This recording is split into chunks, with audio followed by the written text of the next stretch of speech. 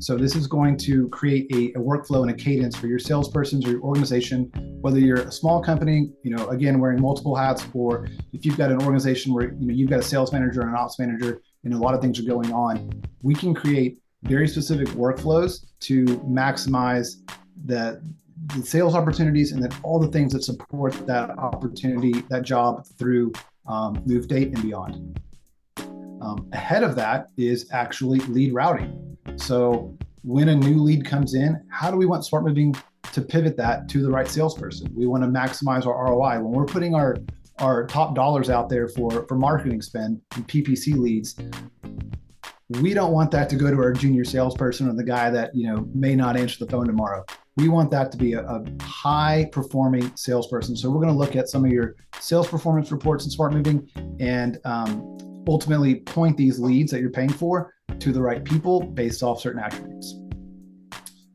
We've got lead statuses as well. So if you're not using this today, I'm going to interrupt real quick, Austin, here. I think it's just really important for everybody to hear that one more time.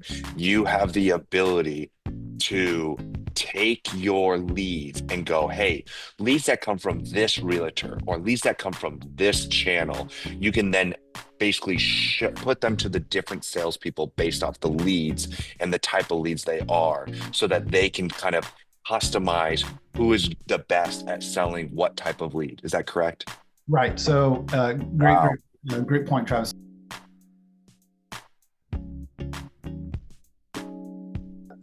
Let's call Smart Realtor a realty group, okay? And in this example, Bill Casa is my realtor. I might manage that account. So I went out, maybe I did a BNI group with him. I met him at a function, and I created him as an affiliate, and we'll get into that. But Smart Moving can dictate when Bill creates a lead for me, where does it go, and then what follow-up actions need to be involved around any type of any lead that Bill sent me. So we have tons of conditions that you can build around the ability, having the ability to drive leads in a certain funnel based off that source. So in this example, I have Smart Realtor leads. If any of the conditions are met, meaning the referral source is Bill Casa, my realtor friend, that lead comes to me. Doesn't go into the bucket for wait someone to pick up. It comes straight to me. I get a notification, and then I can move into my sales cadence from there.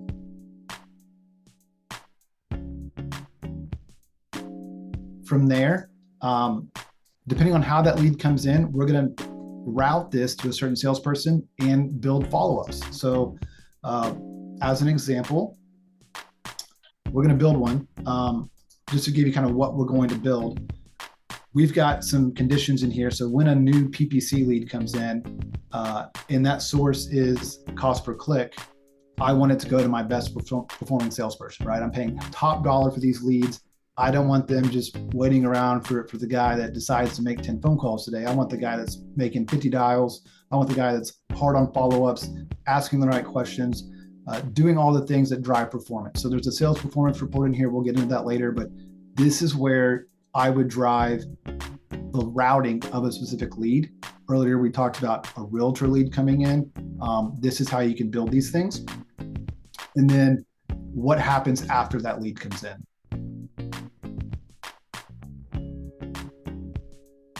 So in our follow-up automations, when a lead is assigned from anything, this is what we're going to be building today as a follow-up automation. So we can start here and add a new rule. So this will be our PPC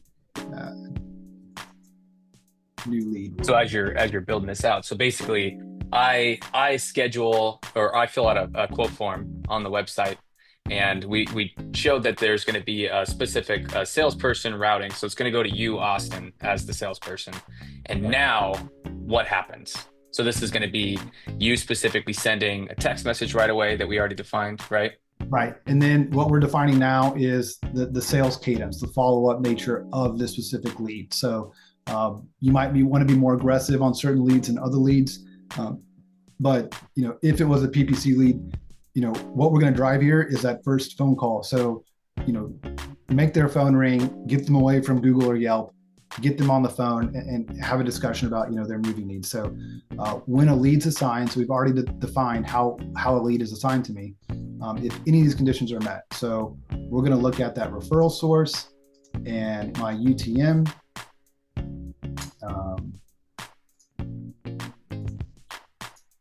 Is that keyword for Chicago? The medium.